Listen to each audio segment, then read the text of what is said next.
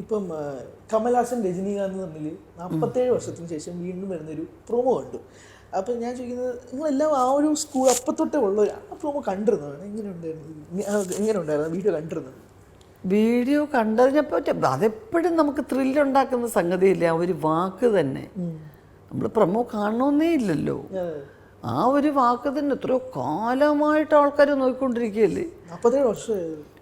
കുറേ കൊല്ലം അവരാദ്യമൊക്കെ കോമ്പിനേഷൻ അല്ലേ, ഒരുപാടുണ്ടായിരുന്നു. 18 പടങ്ങൾ ഒരുമിച്ച് ഒരുപാട് പടം ചെയ്തു. പക്ഷെ പിന്നെ കമൽ സാറും രജനി സാറും തന്നെ കാരണം പറഞ്ഞിട്ടുണ്ട്, രണ്ടുപേരും ഇൻഡിവിജ്വലായിട്ട് അവർക്കൊരു ബിസിനസ് ഉണ്ടായി, അവർക്ക് ഫാൻസായി. അപ്പോൾ ഇവർ രണ്ടുപേരെയും കൂടെ അത് ഒരുമിച്ചാക്കുമ്പോൾ അതൊരു എന്താ പറയുക, കുറേ പ്രൊഡ്യൂസേഴ്സിന് അത് വെറും നഷ്ടമായിട്ട് മാറും. അതുകൊണ്ട് ബുദ്ധിപൂർവ്വം എടുത്ത തീരുമാനമാണെന്ന് പറഞ്ഞത് അക്ഷരം പ്രതി ശരിയാണ്. പക്ഷെ എന്നാലും ഇപ്പോഴെങ്കിലും ഒന്നും ഒന്നിച്ചില്ലെങ്കിൽ അത് ശരിയാവില്ല. അവർക്ക് കുറച്ച് ആരോഗ്യമുള്ള ഒരു ആൾക്കാരാണെന്ന് ഓഡിയൻസിന് തോന്നുന്ന കാലം വരെ അത്തരം പടങ്ങൾ ചെയ്തിട്ട് കാര്യമുള്ളൂ.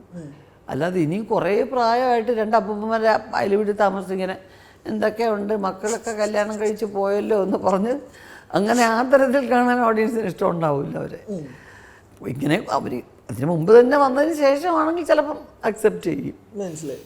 അത് നടപ്പിലായി വരണമെങ്കിൽ കുറച്ച് സമയം എടുക്കുമായിരിക്കും കേട്ടോ.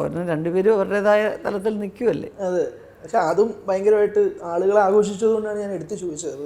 അതെ അതെ, അതെല്ലാവരും പ്രതീക്ഷിക്കുന്ന ഒരു കാര്യമാണ്. തമിഴ്നാട് മുഴുവനും ഒരുപാട് പേര് അത് എപ്പോൾ വരുമായിരിക്കും, അത് എന്തായിരിക്കും കഥ, ആരൊക്കെ ആയിരിക്കും ആർട്ടിസ്റ്റ് എന്നൊക്കെ ഓരോരുത്തരുടെയും പ്രതീക്ഷയാണ്. പക്ഷെ കമൽ സാർ ഇപ്പോൾ ഒരു MP ആയിട്ട് നിൽക്കുന്നത് കൊണ്ടും ഒക്കെ ഉള്ള സമയം, രജനി സാറിനൊരു വേറൊരു സിനിമ, ഇതൊക്കെ കുറച്ച് അതെ തന്നെ. അപ്പം അതൊക്കെ പ്രാക്ടിക്കലായി വരാൻ കുറച്ച് സമയമെടുക്കും. ഇപ്പം നമുക്ക് മലയാളത്തിൽ ഇപ്പോൾ ഈ ഫിലിം ഫെയർ അവാർഡിൻ്റെ കാര്യം പറഞ്ഞുകൊണ്ടാണ് ഞാൻ ചോദിക്കുന്നത്. ഇപ്പം lifetime achievement award Sreenivasan സാറിന് കിട്ടി. അപ്പോൾ അത് കളക്ട് ചെയ്യാൻ വന്നത് ഭാര്യയും വിനീതേട്ടനും കൂടി ഒരുമിച്ചാണ്. നിങ്ങൾ തമ്മിലൊരു കോമ്പിനേഷൻ, ഇപ്പോൾ ജയറാമിൻ്റെ കോമ്പിനേഷൻ പറഞ്ഞ പോലെ തന്നെയാണ് ശ്രീനേട്ടൻ പ്രവേശിച്ച കോമ്പിനേഷൻ. എനിക്കിപ്പോഴും ഓർമ്മയുണ്ട്, ഒരു ഇൻ്റർവ്യൂവിൽ മാഡത്തിനോട് ചോദിച്ചപ്പോൾ എന്തുകൊണ്ട് നിങ്ങൾ സൗന്ദര്യമുള്ള നടന്മാരിൽ ശ്രീനിവാസനെ ഉൾപ്പെടുത്തിയില്ല എന്നുള്ള ചോദ്യം ചോദിച്ചത്. ഒന്ന് പറയാമോ നിങ്ങൾ തമ്മിലുള്ള കോമ്പിനേഷൻ? അയ്യോ, അത് എന്താ പറയുന്നത്, ഞാൻ കണ്ടതിൽ ആത്മവിശ്വാസത്തിൻ്റെ പ്രതീകമാണ് ശ്രീനിയേട്ടൻ. സൗന്ദര്യം എന്ന വാക്കിൻ്റെ അവസാനത്തെ ആ ഒരു സങ്കല്പത്തിൻ്റെ അവസാന വാക്കാണ് ശ്രീനിയേട്ടൻ. അങ്ങനെ ഒന്നും ചിന്തിക്കുന്നതിൽ യാതൊരു അർത്ഥമില്ലെന്ന് തെളിയിച്ച ആളാണ്. സിനിമയ്ക്ക് ഇതിൻ്റെ ഒന്നും ആവശ്യമില്ല, അതൊക്കെ വെറും അബദ്ധധാരണയാണ്. ഇതിനെ ജയിക്കാൻ, സിനിമയെ ജയിക്കാൻ വേറെ നിർവാഹമില്ലാത്തവർക്ക് കുറേ വെളുത്തും ചുമന്നൊക്കെ ഇരുന്ന് മാനേജ് ചെയ്യാം. അല്ലാത്തവർ ജയിക്കാൻ സിനിമയിൽ സൗന്ദര്യം ഒരു ഘടകമേ അല്ല. അത് നമ്മൾ ആസ്വദിക്കുന്നുണ്ട്, ഇല്ല എന്നല്ല. ഭയങ്കര ഇടിയൻ കഥാപാത്രങ്ങളുടെ സങ്കല്പം, 30 പേരെ ഇടിച്ചു പിടിച്ച നായകൻ എന്നൊക്കെ പറഞ്ഞ് നമ്മൾ കാണുന്നുണ്ട്. അതൊരു കൊമേഴ്ഷ്യൽ സിനിമയുടെ ഒരു ഭാഗം, കച്ചവട സിനിമയുടെ ഒരു ഭാഗമായിരിക്കാം. പക്ഷേ ഇത് അതിനേക്കാൾ എന്താ പറയുന്നത് വലിയ വിജയമാണ്. ഒരു ഇമേജിലും നിൽക്കാതെ മമ്മൂക്കയും ലാലേട്ടനും ഹീറോയായിട്ട് അഭിനയിക്കുന്ന എത്ര പടത്തിൽ അപ്രധാനമായ വേഷങ്ങളിൽ വന്നു പോയിട്ടുണ്ട്.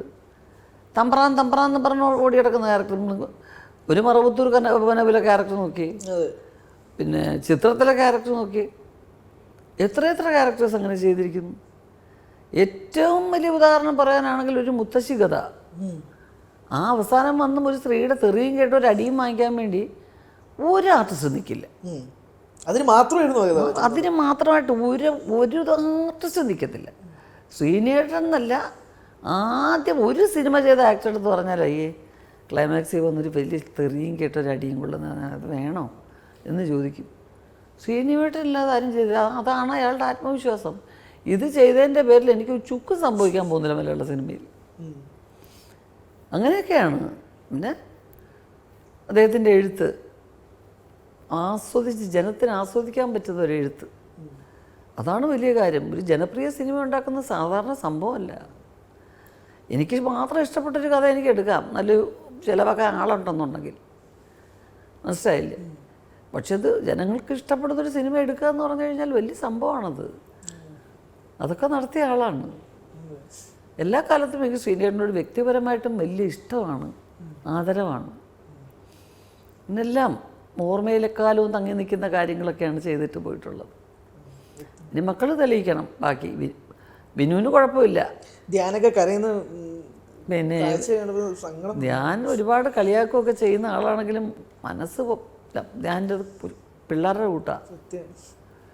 ഏറ്റവും കൂടുതൽ പൊട്ടിപ്പോയത് അവനാണ്.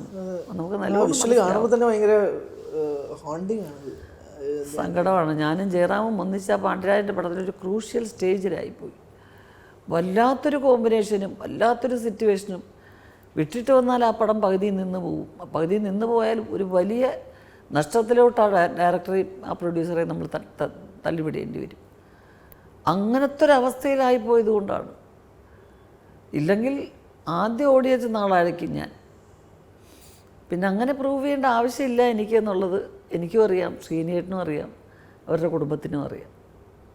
ജയറാമേണ്ണും അതിൻ്റെ പേരിൽ ഒരുപാട് വിമർശനങ്ങൾ കേട്ടിരുന്നു ആ സമയത്ത് പോകാൻ പറ്റാത്തതിനുള്ള കാരണം. അല്ല, അത് എനിക്ക് വ്യക്തമായിട്ടറിയാം. ജയറാമിന് വരാൻ പറ്റാത്തതിൻ്റെ കാരണം എനിക്ക് വ്യക്തമായിട്ടറിയാം.